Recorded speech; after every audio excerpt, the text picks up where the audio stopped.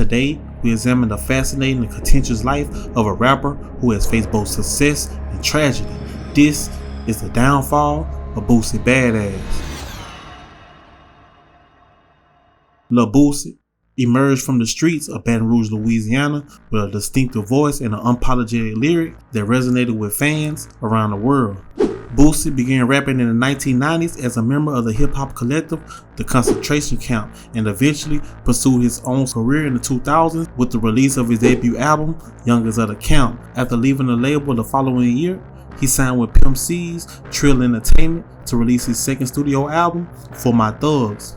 Boosie is one of the most prominent figures in Southern hip-hop, and Badass has gone to release 13 studio albums, as well as 7 collaborative albums and 44 mixtapes. Boosie's rise to fame was rapid. His raw energy, gripping storytelling, and undeniable talent captivated audiences, earning him a dedicated following. But legal troubles has always been a thing Boosie could not avoid, and this was always Boosie's downfall. So let's rewind. On October 22nd, 2008, Boosie was arrested after East Baton Rouge sheriff deputies found marijuana and a Glock in his car. Boosie pled guilty to his third offense, possession of marijuana charge, and on September 22nd, 2009, Boosie was sentenced to 2 years in prison. Boosie's judge, Chip Moore, doubled the sentence November 9th after finding out that Boosie had violated probation while awaiting his sentence. And things kept getting bad.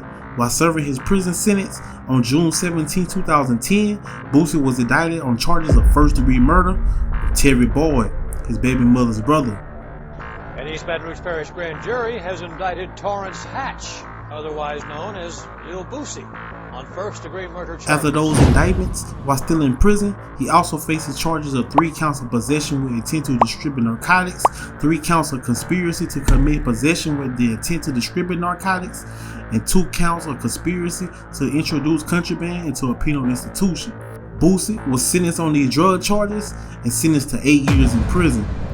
So Boosie was facing a lot of time in prison, but if convicted of the murder charges, he could have been sentenced to death. Boosie went to trial for those murder charges, and after only 10 minutes of jury deliberation, Boosie was found not guilty. He was released March 5th, 2014, and remaining on parole to 2018. And since his release from prison, Boosie has been quite successful. He started dropping music, he acquired a $15 million estate, a fleet full of exotic cars, and we can't forget about his Instagram lives. His quarantine titty day. He even made a movie about his life and made $1 million in one day. But Boosie could not dodge negative headlines. He was always making news for his opinions and comments, and he even started getting back in trouble with the law. So let's talk about that. Throughout the years, Boosie has always been outspoken, always spoke his mind. We can never forget about Boosie beef with the alphabet community. Boosie was criticized for his comments about Dwayne Wade and Gabrielle Union's child, Zaya Wade. Boosie was just stressing that a child shouldn't have that much control. Dwayne Wade, you gone too fucking far, dog. That is a male, a 12-year-old. At 12, they don't even know what their next meal gonna be. In another incident, Boosie was also criticized when he stated that he hired a grown woman to do acts for his 12-year-old son on his birthday. Yes, a grown woman. Grown, super grown. And a few months after that, Boosie went on a homophobic rant against the gay rapper Lil Nas X. And by his comments and his raw Instagram lives, Boosie's Instagram kept getting deleted so many times that Boosie threatened to sue Mark Zuckerberg, the creator of Facebook, for $20 million for racial discrimination.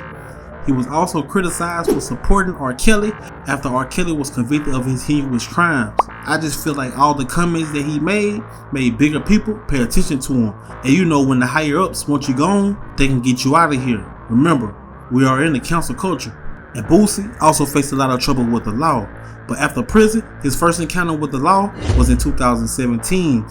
It started when Boosie was at a mall in Mississippi and was pepper sprayed by a security guard. After leaving the mall, he and his crew was pulled over, and he said the police robbed him of $1 million in jewelry. Check this out, bro. Everybody on Shade Room talking about we animals, beasts, we don't need to go nowhere, we ignorant, this and that. But let me tell you what happened. The security came up to me and said, "Boy, get out my damn mall, boy." I said, "All right, he racist, we gotta go, man." My niece was walking the wrong way. He said, "You walking the wrong way." She said, "I don't want to walk this way and get trampled over." He sprayed her. She's 6 months pregnant with twins. 5 people were reportedly arrested for attacking a security guard and a responding officer. In 2019, Boosie and a friend was reportedly stopped by police after an officer observed a white Dodge Charger swerving lanes and nearly sideswiping another vehicle. Police say Boosie was driving a car which reeked of weed. Police reportedly searched the vehicle and found a bag of marijuana and a loaded 9mm handgun under the passenger seat where his friend was sitting, and also they found $20,000 in cash. Boosie let a player guilty to these charges and only got 6 months probation and a $1,000 fine. A slap on the wrist. But 2020 was a rough year for Badass. While in Dallas, Boosie stopped by a venue to pay respect to recently murdered rapper Mo3. Boosie will be caught near a strip mall called Big T Plaza, where Boosie was shot in his leg. Well, tonight we have confirmed that rapper Boosie was shot in Dallas. That word coming from Mo3's manager, Brandon Rainwater, but he didn't give us any more details. Police say someone called 911 and reported the shooting at Big T Bazaar earlier this afternoon. And it was so bad that people thought he would have to get his foot amputated. But in 2021, a Boosie performance in Atlanta came to a screeching halt when a fight broke out on stage and cops were called. The Atlanta Police Department responded to a vandalism call, and cops said Boosie and his entourage had dashed on stage during the show, damaging items belonging to a production company and allegedly destroying property owned by the arena. He was eventually sued for $525,000.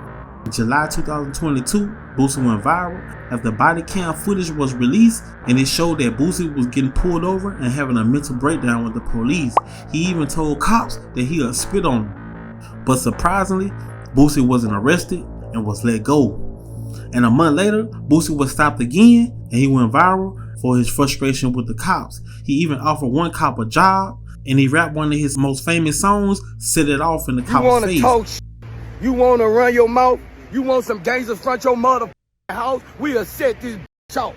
Set this bitch off. We'll set this bitch off. Set this bitch off. But again, he was let go. Another slap on the wrist. Boosie knew federal arrest may land him in prison for a lengthy sentence. But did we all see this coming? Boosie was arrested in San Diego on May 6, 2023 on a weapons charge. Well, a charge that was dropped by San Diego, but federal agents arrested Boosie outside of the courtroom. Now this just brings it to a whole new level. Being a felon with a firearm is a serious charge, and Fed time is much different than the state. But did we all see this coming? Let's talk about this federal case. According to TMZ, ATF agents said that on May 6th, an officer with the San Diego Police Department was reviewing the Instagram story of a known member of the neighborhood Crip gang, which showed Boosie in the backyard of a house recording a music video with a handgun in his waistband. A San Diego police helicopter tracked and found Boosie at around 3 p.m. in the area of 49th and Guyman Street in San Diego. Patrol officers pulled over a black Mercedes SUV after the driver failed to stop at a red light. The car continued driving slowly for a block before stopping. Officers said there was 3 occupants in the car.